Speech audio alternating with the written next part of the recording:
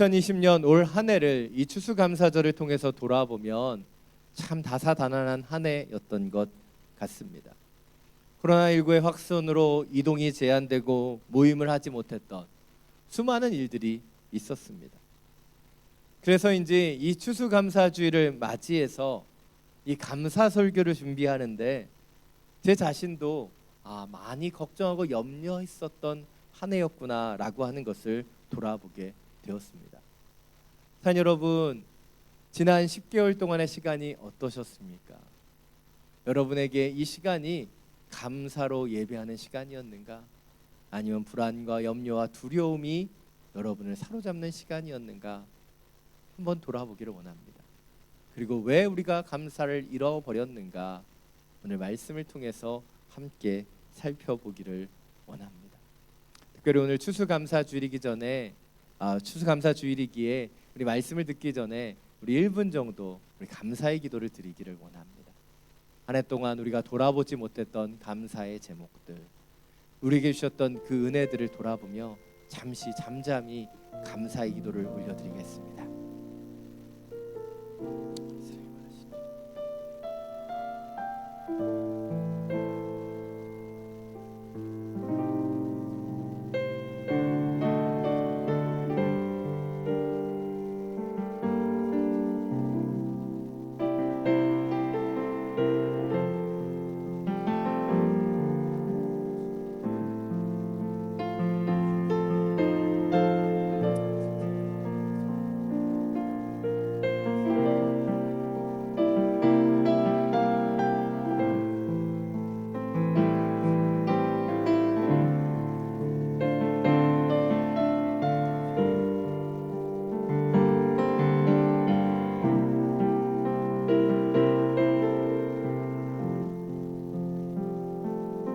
주 예수 그리스도의 이름으로 기도드립니다. 아멘. 예, 이제 눈을 뜨시면 되겠습니다. 예, 주무시면 안 됩니다. 이제 시작인데 예, 지극지 눈을 계속 감고 계시면 안 됩니다. 기회다 생각하시면 안 되고요. 오늘 짧은 시간이었지만 우리가 감사 기도를 함께 드렸습니다. 이 기도를 드리니까 여러분 감사의 제목들이 막 떠오르고 여러분의 마음 중심 가운데 감사와 감격이 막 일어나십니까? 예, 그러신 분이 계시면 오늘 나가셔도 되겠습니다. 아마 여러분 모두가 그렇다면 제가 오늘 설교하지 않아도 될 것 같습니다. 그런데 우리의 연약함은 무엇입니까? 감사하기보다는 불평하고 불만을 토로할 때가 더 많은 것이죠. 왜입니까? 우리가 각자에게 처해져 있는 그 상황과 환경 속에서 우리 가운데 그 연약함이 찾아오기 때문입니다. 우린 그리스도인으로 감사해야 된다는 것을 알고 있지만 우리의 삶 속에 감사하며 살아가는 것은 결코 쉽지 않습니다. 때때로 우리는 다른 사람의 이야기를 들으면 참 쉽게 생각할 때가 있어요. 그래서 믿음 좋다고 하는 분들은 다른 사람들의 어려움을 들으면 쉽게 판단합니다. 아니 뭐 그 정도 가지고 그렇게 걱정하는가? 이 정도만 해도 충분히 상처받는데 거기다가 더 상처되라고 얘기하죠. 나 때는 더 어려웠다고. 그런데 내가 어떻게 됐다고? 원하지 않는 간증까지 설교까지 합니다. 그리고 마지막으로 못을 박는 멘트가 있죠. 그래도 집사님 감사해야 돼. 근데 그런 얘기 듣는다고 감사됩니까? 아니에요. 더 화나요. 저도 신앙생활 하면서 그런 이야기 들어본 적이 있습니다. 우리가 감사해야 된다는 것, 감사로 주님 앞에 나아가야 된다는 것을 우리 그리스도인들은 다 알고 있죠. 그러나 감사하며 찬양하며 살아가는 것이 결코 쉽지 않다는 거예요. 오늘 저는 여러분에게 이 추수감사주일 감사의 말씀을 준비했습니다. 그러나 제가 설교한다고 해서 여러분이 갑자기 감사하게 될 거라고 생각하지 않습니다. 저는 그런 허황된 기대를 하지 않아요. 그러나 여러분이 이 시간들을 통해 우리가 감사를 잃어버렸던 그 모습이 무엇인가를 돌아보기를 원합니다. 그리고 다시 한번 우리의 영적인 전환을 만들어내는 하나님의 시간들이 되기를 원합니다. 오늘 본문을 보십시오. 감사하며 살아가는 것은 결코 쉽지 않습니다. 10명의 나병 환자 가운데 몇 명이 감사했어요? 오직 한 명만이 감사했어요. 그렇다면 몇 퍼센트입니까? 10%예요. 성경 가운데서도 감사할 수 있었던 사람은 상위 10%예요. 근데 여러분 상위 10% 안에 살아보신 적 있으십니까? 예, 우리는 90%의 사람이 될 가능성이 훨씬 더 높습니다. 저도 목회자로 살아가지만 제가 10%에 감사하는 사람이라고 생각하지 않습니다. 저도 90%의 불평과 불만을 하는 사람일 수 있는 것이죠. 왜입니까? 저도 모르는 순간에 이 9명의 나병 환자와 같이 감사를 잃어버리기 때문이에요. 오늘 저는 특별히 감사했었던 한 명의 나병 환자가 아닌 감사하지 못했던 9명의 나병 환자들의 집중해서 오늘 말씀을 살펴보기를 원합니다. 그리고 그들을 통해 왜 우리가 감사를 잃어버리고 있는가? 감사해야 되는 것을 우리의 머릿속으로 우리의 마음으로 알고 있지만 왜 감사하지 못하는가? 그 이유들을 돌아보게 되기를 원합니다. 오늘 보면 11절부터 14절입니다. 우리 다시 한번 함께 읽겠습니다. 예수께서 예루살렘으로 가시는 길에 사마리아와 갈릴리 사이로 지나가시게 됐습니다. 예수께서 한 마을에 들어가시다가 10명의 나병 환자를 만나셨습니다. 그들이 멀찍이 서서 큰 소리로 외쳤습니다. 예수 선생님, 저희를 불쌍히 여겨 주십시오. 예수께서 그들을 보고 말씀하셨습니다.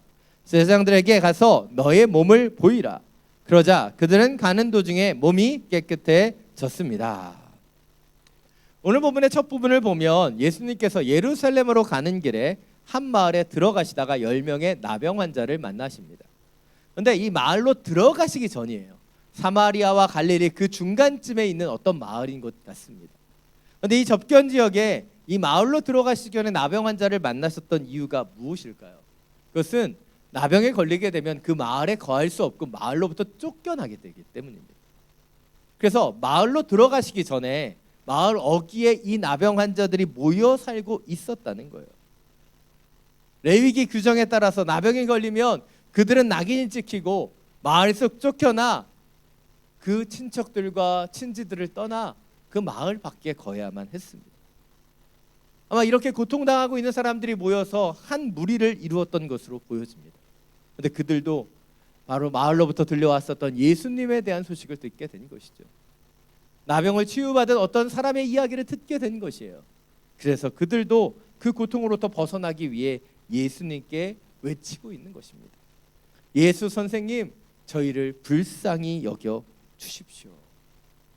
근데 오늘 본문을 보면 참 안타까운 한 가지의 특징을 보게 됩니다. 이들이 나병 환자이기 때문에 예수님께 가까이 와서 옷자락을 만지거나 주님께 고쳐달라고 간청하는 것이 아닌 멀찍이 서서 예수님께 큰 소리로 외쳤다는 거예요. 전 거기에서부터 너무 마음이 아프더라고요. 여러분의 표정을 보니까 아무도 마음이 아프시지 않은 것 같아요. 말씀을 보면 좀 안타까워야 됩니다.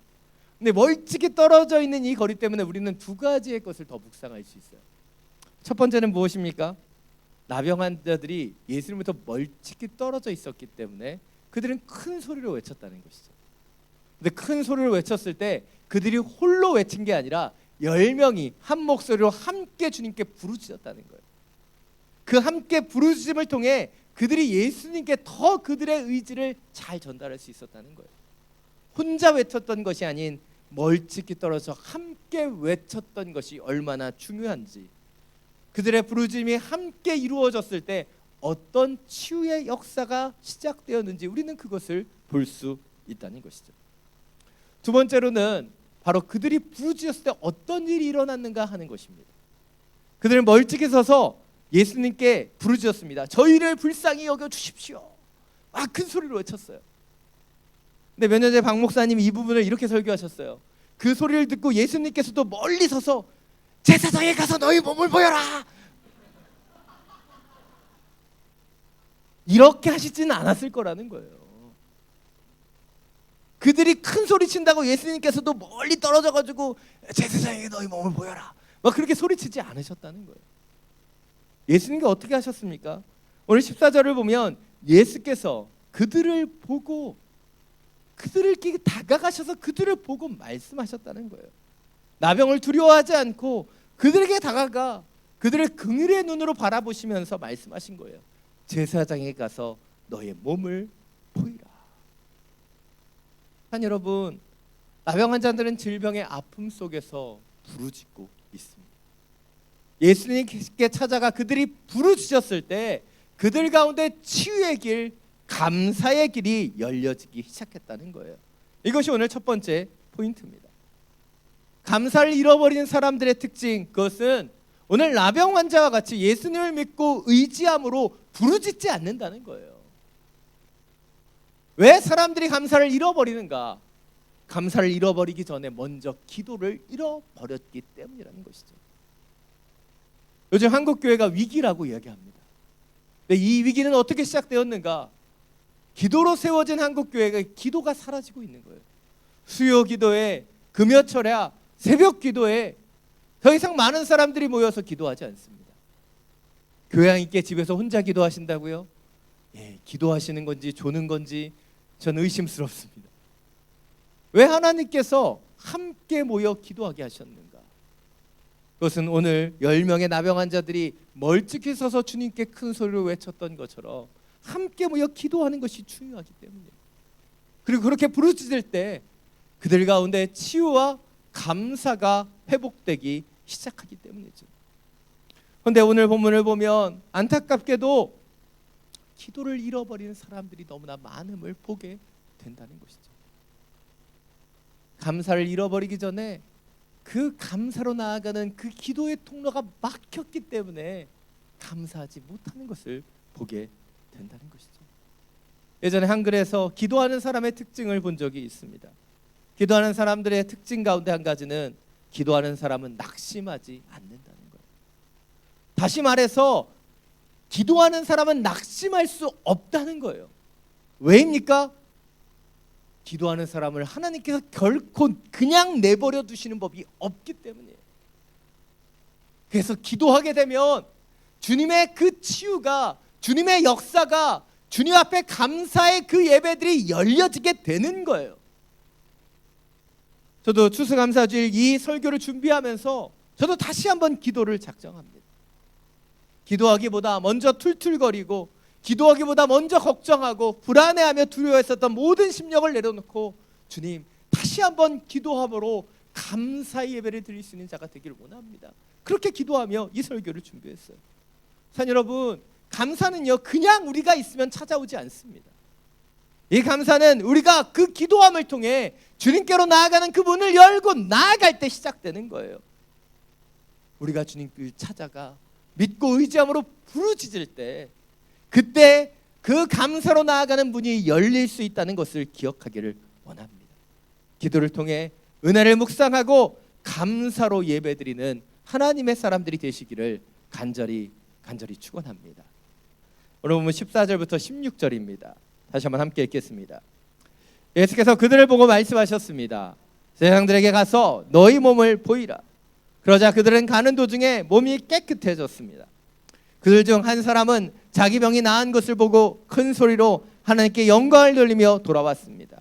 그는 예수의 발 앞에 엎드려 감사했습니다. 그는 사마리아 사람이었습니다. 오늘 예수님께서 나병 환자들에게, 제사장들에게 가서 너의 몸을 보이라 라고 말씀하셨어요. 그렇다면 왜 예수님께서 나병 환자들을 제사장에게 보내신 것일까요? 예수님께서 치유하셔야 되는데 제사장에게 보내셔서 그들이 대신 치유하게 하시는 겁니까? 제사장에게 특별한 능력과 힘이 있어서 그들에게 보내셨던 것일까요? 아닙니다. 예수님께서 그들 가운데 그들을 제사장에 보내셨다는 것은 무엇입니까? 가는 길에 그들을 치유하시겠다는 것을 결정하시는 거예요. 그것을 잘 보여주고 있는 것이 레위기 14장 2절 말씀입니다. 우리 자막을 통해서 함께 읽겠습니다.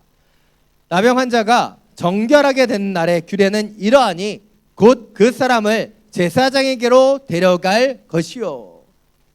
당시에 나병 환자들이 정결하게 되고 회복되면 그들 가운데 필요한 것은 제사장에 가서 그 몸을 보여서 그들이 정결케 됐다라는 그 최종 판결을 받는 것입니다.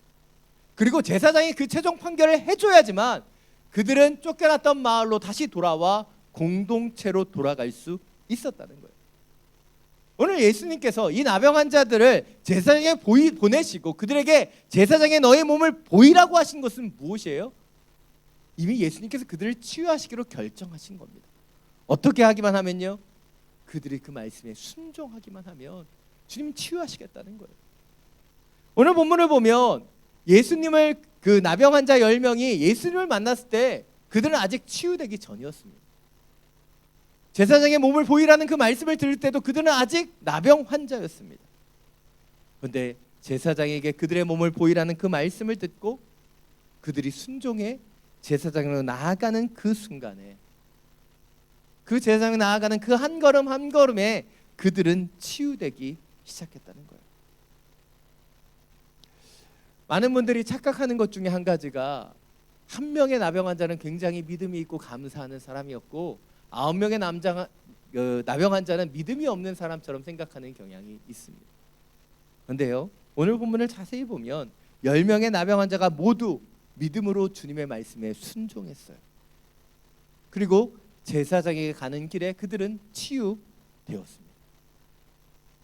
오늘 본문과 굉장히 유사한 말씀이 요한복음 9장에도 나타나요. 요한복음 9장을 보면 태어날 때부터 앞을 보지 못했던 그 실로암의 맹인이 나타납니다. 근데 예수님께서 그를 치유하시기 위해 어떻게 하시죠? 이렇게 침을 뱉어서 진흙에다가 이기셔가지고 그 눈에다가 바르시죠. 예, 감사한 건 그 사람이 앞을 보지 못했다는 거예요. 봤다면 막 이렇게 피했을 것 같아요. 예? 그렇잖아요? 근데 그렇게 그 진흙을 바르시고 이 사람이 바로 보게 된 것이 아니라는 거예요. 그 실로암 맹인에게 뭐라고 말씀하셨습니까? 가서 눈을 씻으라고 하셨어요. 그리고 그 사람이 앞을 보지 못하는데 누군가의 도움을 통해 실로암까지 가서 그 눈을 씻었을 때 그 사람은 보게 된 것이에요.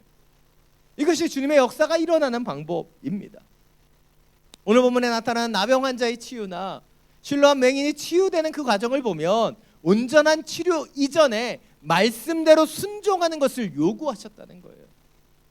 눈으로 어떤 증거가 보이지 않을지라도 믿음으로 먼저 순종해 나아갈 때 주님의 역사가 일어난다는 것을 보여주고 있다는 것입니다.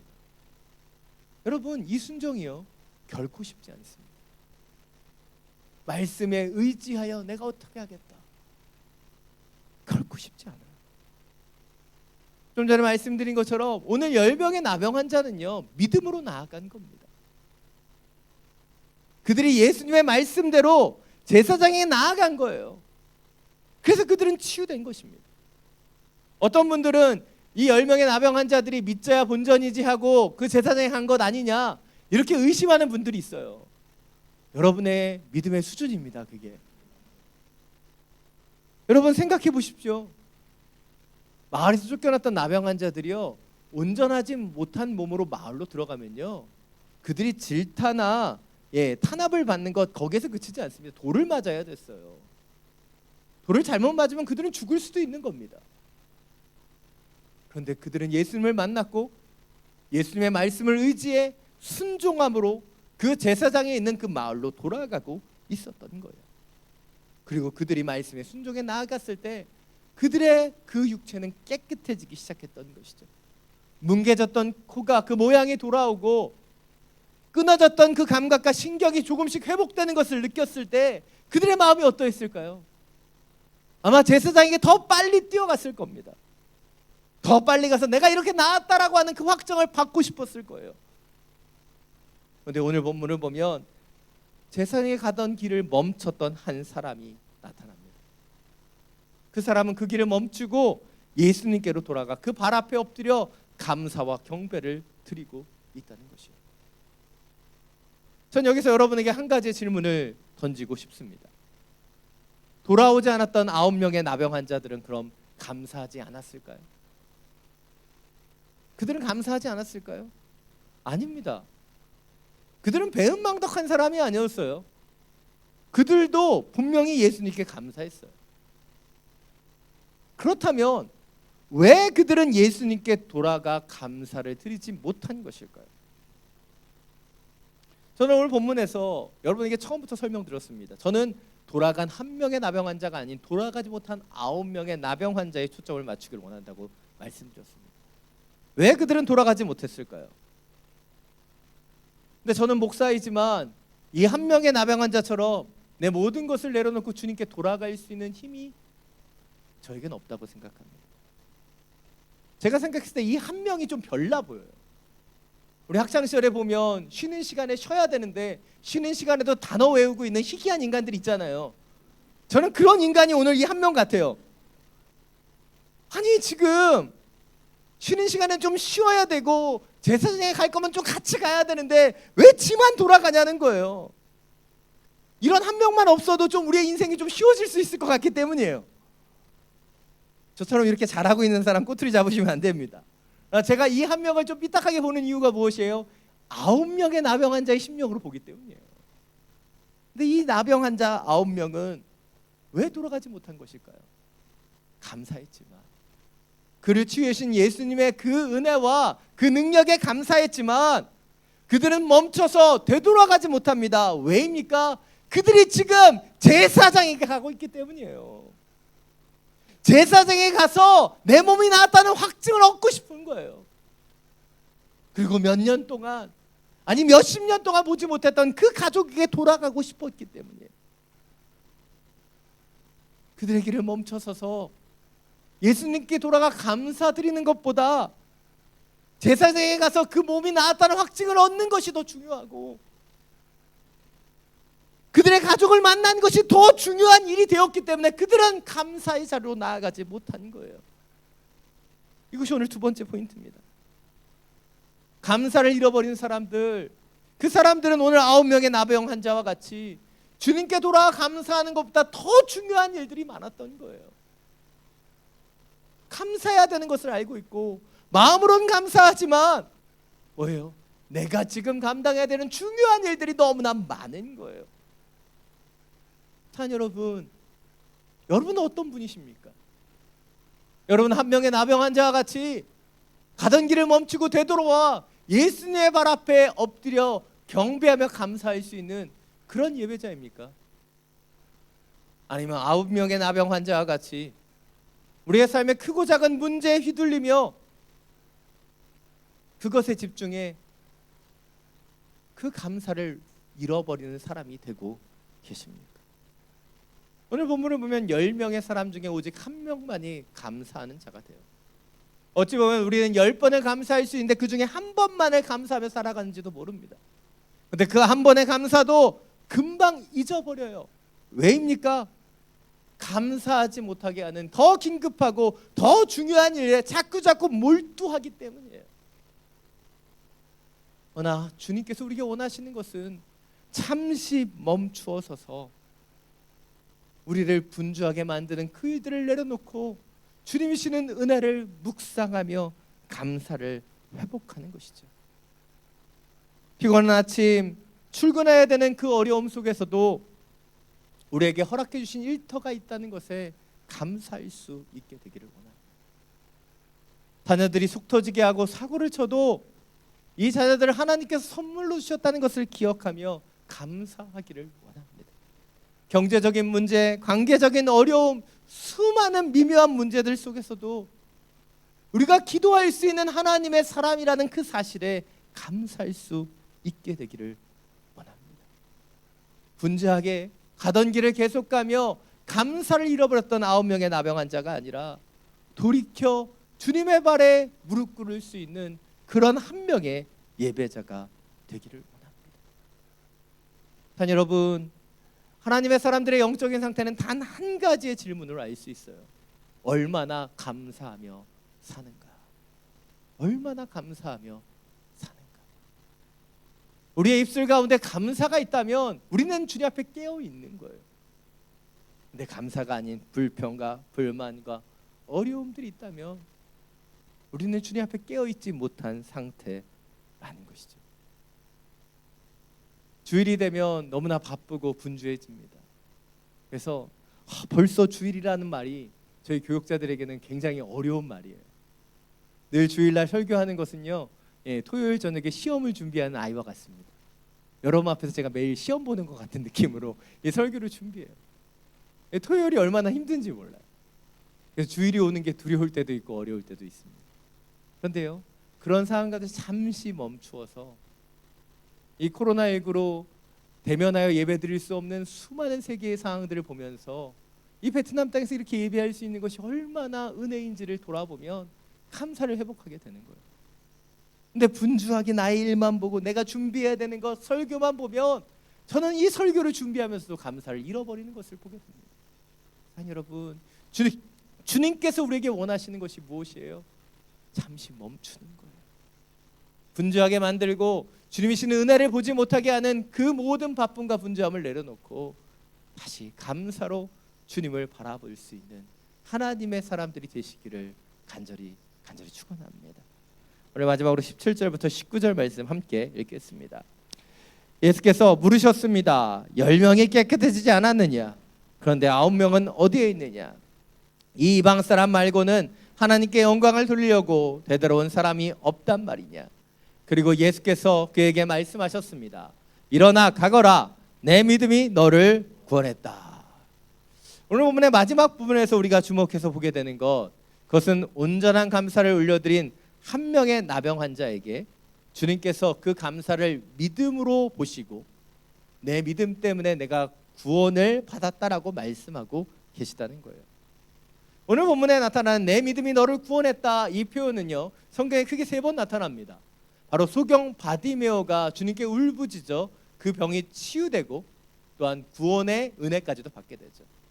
또한 12년 동안 혈루증을 앓았던 이 여인이 믿음으로 주님의 옷자락을 잡았을 때도 주님께서 내 믿음이 너를 구원했다고 말씀하세요. 그리고 오늘 이 한 명의 나병 환자에게도 동일하게 말씀하고 계십니다. 그리고 이 세 사람은 단순히 육신의 치유를 받았을 뿐만 아니라 영혼의 구원을 받는 은혜와 감격을 얻게 되는 겁니다. 그러나 나머지 9명의 나병 환자는 어떠합니까? 그들은 육신의 병이 치유되었어요. 여러분 어떻게 생각하실지 모르겠지만 제가 이 말씀을 보면서 그런 생각이 들었어요. 주님께서 이 나병은 치유해 주시지만 주님께 좀 기도하라고 치질 정도는 좀 남겨놓으셔도 좋지 않을까. 제가 조금 사람이 그렇습니다. 그래야지 이들이 좀 기도하고 더 돌아오지 않았을까라는 생각이 들어서요. 근데 이 9명의 나병 환자를 보면 그들이 치유는 받았지만 영혼의 구원을 받지 못합니다. 그들은 예수님을 만났고 예수님께 울부짖었고 주님의 은총을 통해 육신이 치유되는 그런 역사를 경험했어요. 그런데 그들의 영혼은 구원받지 못했다는 거예요. 오늘 보면 17절에서 예수님은 한 명의 나병 환자에게 물으십니다. 10명이 깨끗해지지 않았느냐? 그런데 9명은 어디 있느냐? 돌아온 사람한테 괜히 이런 얘기 하시는지 모르겠어요. 지각하지 않은 애들만 붙잡고 지각하지 말라고 얘기하는 선생님 같아요. 그런데 오늘 이 말씀을 묵상하면 묵상할수록 이 말씀이 9명의 나병 환자에 대한 책망이 아니라 주님께서 10명을 치유하셨기 때문에 10명이 모두 돌아오기를 원하시는 주님의 마음임을 알게 되는 거예요. 주님께서 그렇게 말씀하시는 이유는 주님께 돌아오지 못하는 9명의 영혼에 대한 안타까움, 그들이 돌아오기를 원하는 주님의 그 사랑으로 이 안타까운 관심을 그들에게 보이고 계시다는 것이죠. 그들은 은혜를 입었지만 배은망덕하게도 괘씸하게도 그들은 돌아오지 않습니다. 그런데도 예수님은 그들에게 관심을 가지고 계세요. 바로 그들이 단순히 육체의 치유를 얻는 것을 넘어서서 영혼의 구원을 얻기를 원하시기 때문이죠. 다시 한번 정리해 보겠습니다. 오늘 한 명의 나병 환자나 9명의 나병 환자나 육신의 치유를 받은 것은 똑같았어요. 그러나 오직 감사드리기 위해 되돌아왔던 한 명의 나병 환자만이 구원의 감격과 기쁨을 누리게 되었다는 것이죠. 이것이 마지막 세 번째 포인트입니다. 감사를 잃어버린 사람들의 가장 큰 문제는 무엇입니까? 바로 예수님을 만나 더 깊은 교제와 구원의 기쁨을 누릴 수 있는 그 경험들을 하지 못한다는 거예요. 오직 감사를 드린 한 명의 영혼만이 주님께로 나와 주님께 교제하고 구원의 감격과 은혜들을 얻게 되었기 때문이죠. 저는 오늘 본문을 보면서 이 9명의 나병 환자의 모습이 너무나 안타깝습니다. 그들은 부르짖을 수도 있었고 또 주님의 말씀에 순종해 그 제사장에 나아갈 수 있는 믿음도 있었지만 그들은 감사를 잃어버렸기 때문에 주님이 주시는 온전한 구원의 기쁨으로 나아가지 못했기 때문에, 다시 말해서 이 9명의 나병의 환자들은 예수님께로부터 오는 치유의 능력은 얻었지만, 다시 말해 주님으로부터 오는 그 선물은 받았지만 그들은 예수님을 만나지 못한 것이죠. 그러나 한 명의 나병 환자는 그 육신의 치유를 받았을 뿐만 아니라 무엇입니까? 예수님을 만나서 예수님과 교제하며 예수님이 주시는 구원의 기쁨을 누리고 있다는 거예요. 산 여러분, 우리의 모습 가운데도 9명의 나병 환자 같은 모습이 있는 거예요. 우리는 기도하면서 우리의 기도가 응답되기만을 원합니다. 우리가 원하는 육신의 치유, 물질의 축복, 이것만을 바라보며 기도할 때가 너무나 많은 거예요. 그런데 주님이 진정으로 우리에게 원하시는 것은 무엇이에요? 바로 주님과 교제하는 거예요. 주님을 만나는 것입니다. 그래서 그 영혼이 주님이 주시는 기쁨으로 채워지는 거예요. 그런데 우리는 기도하면서 주님은 보지 못해요. 예수님은 보지 못합니다. 우리는 무엇만 봐요? 우리의 기도가 응답되는 것, 우리의 뜻대로 하나님이 이루어 주시는 것, 그것만 보고 있는 거예요. 그래서 감사를 잃어버리고 감격을 놓쳐버리는 것이죠. 여러분, 여러분이 왜 감사를 잃어버리고 있는가? 여러분의 중심을 돌아보십시오. 기도를 잃어버리고 있지는 않은가? 분주함 속에 은혜를 보지 못하고 있지는 않은가? 예수님이 아닌 예수님의 능력만을 구하면서 기도하고 있지는 않은가? 우리를 돌아보기를 원합니다. 주님 우리에게 원하시는 것, 주님을 만나는 것이고 주님과 교제하는 것이고 주님이 주시는 그 구원의 기쁨을 얻는 것이기 때문이죠. 19세기 프랑스의 화가 밀레의 만종이라는 작품이 있습니다. 한번 작품을 보여주겠어요? 한 번쯤 다 보셨을 만한 작품입니다. 이 정도 모르시면 미술 시간에 조신 거예요. 이 정도는 아시죠? 예. 여러분의 상식이 의심되기 시작합니다. 근데 이 밀레의 만종을 보면 노을진 들판에 한 부부가 기도하는 장면이 나타나요. 그들의 발치를 보면 그들이 하루 종일 일해서 수확한 감자 몇 개가 보입니다. 근데 그 감자를 수확하는 그들 가운데 멀리 보이는 저 뒤에 교회로부터 종이 울리자 그들은 하던 일을 멈추고 두 손을 모으고 기도하고 있어요. 비록 가난해 그들이 하루 종일 얻은 것은 감자 몇 개뿐이지만 그들은 그날에 주신 그 은혜를 돌아보며 감사로 기도하고 있죠. 이 밀레의 이 만종이라고 하는 이 작품 속에 우리는 알 수 없는 평화와 경건함을 느끼게 됩니다. 왜입니까? 이 기도하는 이 부부의 모습이 단순히 감자의 수확에 대한 감사가 아닌 그의 삶 속에 주어진 모든 것을 향한 감사의 기도로 보여지기 때문이죠. 여러분, 많은 사람들은 감사할 것이 있을 때만 감사할 수 있다고 이야기합니다. 그러나 주님이 우리에게 원하시는 진정한 감사는 감사한 일이 있을 때만 나타나는 반응이 아니라 주님을 향한 온전한 태도가 감사예요. 밀레의 만족에 나타난 이 부부의 감사 기도와 같이 내가 감자를 얻었기 때문에 그 수확에 대한 감사로 그 기도하는 것이 아니라 뭐예요? 이 종이 울릴 때 주님을 바라보는 그 영적인 태도로 주님 앞에 감사하고 있다는 것이죠. 유진 피터스 목사님은 메시지 성경에서 이 감사를 이렇게 얘기하셨어요. 감사를 그리스도인의 생활 양식이다. 그리스도인 살아가는 삶의 모습이 감사라는 거예요. 그런데 우리는 이 감사를 자꾸 우리에게 주어지는 인풋에 대한 아웃풋, 반응으로 생각한다는 것이죠. 여러분, 감사는 삶의 방식이자 믿는 자의 온전한 태도입니다. 왜 우리가 감사를 자꾸 잃어버리는가? 우리가 기도를 잃어버리기 때문이고 분주함 속에 은혜를 잃어버리기 때문이고 우리가 감사의 태도를 잃어버리며 주님이 아닌 주님으로부터 오는 능력만을 구하기 때문은 아닙니까? 자, 여러분, 우리는 코로나19라고 하는 전대미문의 전염병 아래 서 있습니다. 우리는 이 어려움 속에 모든 시선을 빼앗겨 어찌 보면 올 한 해 감사로 살아가지 못했는지도 모릅니다. 그러나 오늘 우리에게 주신 이 추수감사 주일, 주님 앞에 다시 한번 잠시 멈춰서 우리가 바라봐야 되는 감사, 우리의 영적인 행동 양식에 주목하기를 원합니다.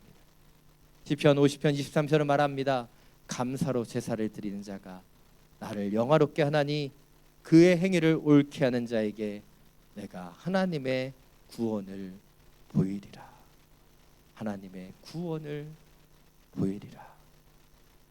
하나님의 능력과 기적에만 감사하는 인생이 아니라 주님과 교제하는 이 예배, 이 추수감사주의를 통해 우리의 시선과 우리의 마음을 주님을 향하여 드리고 더욱더 감사하며 살아가는 우리 모두가 되기를 간절히 축원합니다.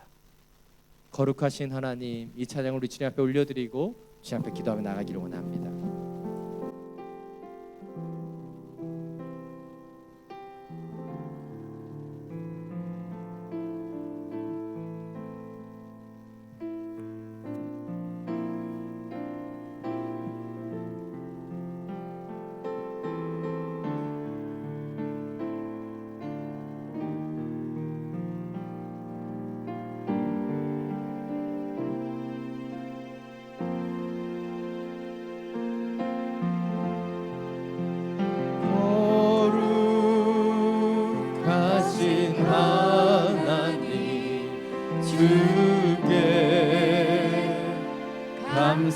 감사드리세 날 위해 이 땅에 오신 독생자 예수 나의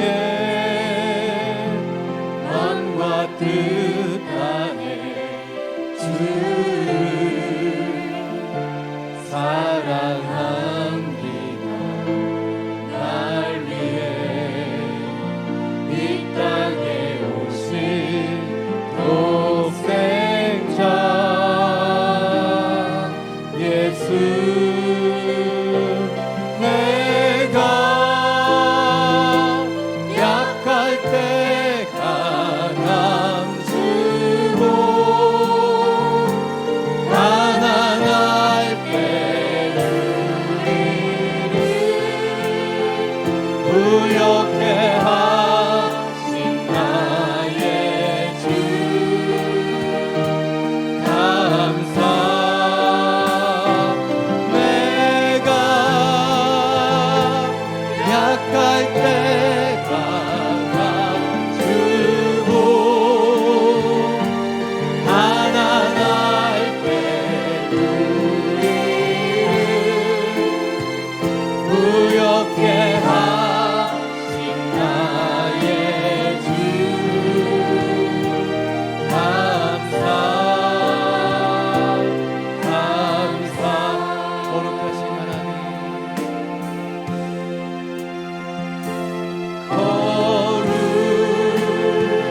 거룩하신 하나님 주께 감사드리세 날 위해 이 땅에 오신 독생자 예수 나의 맘과 뜻 다해 주를 사랑합니다 날 위해 이 땅에 오신 독생자 예수 내가 약할 때 강함주고 가난할 때 우리를 부욕해 하신 나의 주 감사 내가 약할 때 강함주고 가난할 때 우리를 부욕해 하신 나의 주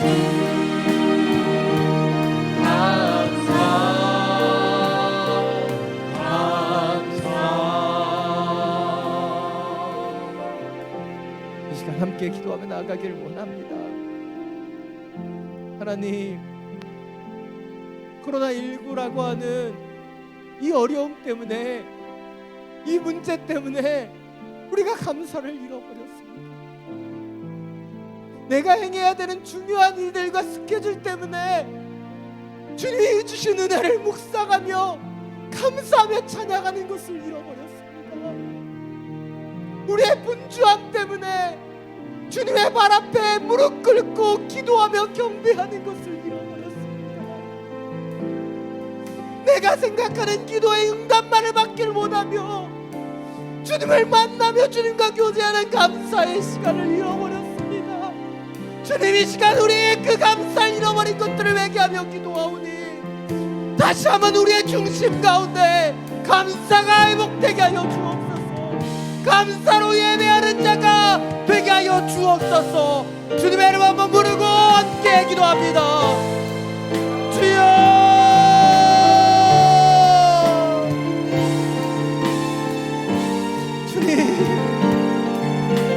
주님 구원의 은혜를 받으며 예배하며 찬양하는 그 자리에서도 주님, 우리 9명의 나병 환자와 같이 감사를 잃어버린 자가 되어버렸음을 주님 고백하며 회개합니다. 주님의 발치에 무릎 꿇고 기도하는 그 부르짖음을 저버렸고 나의 바쁜 스케줄과 중요한 일들인데 주님께 되돌아가야 하며 묵상하며 은혜를 바라봐야 하는 그 시간들을 잃어버렸습니다. 주님, 우리에게 주신 이 추수감사주일 다시 한번 감사로 예배드리는 자가 되기를 원합니다.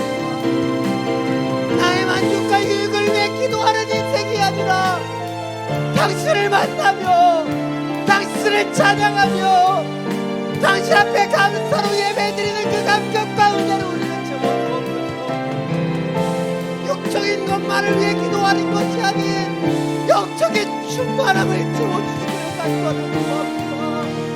성령님 좌정하여 주시고 우리의 마음속에 감사의 그 열매가 맺혀지고 기름 부어서 우리의 초점이 달라지게 하여 주시고 우리의 중심을 변화시켜 주시고 이 세상의 사람들이 다같이 감사가 반응이 되지 않게 하여 주시고 그리스도의 온전한 생활 방식을 배워 감사의 태도로 감사의 예배로 감사의 기쁨으로 주여 서게 하여 주옵소서.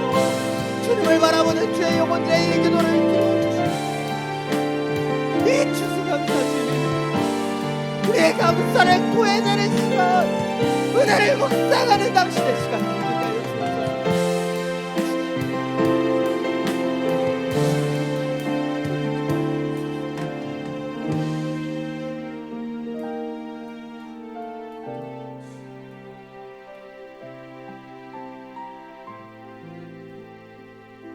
사랑이 많으신 주님, 감사해야 되는 것을 너무나 잘 알고 있지만 우리는 감사를 잃어버렸습니다.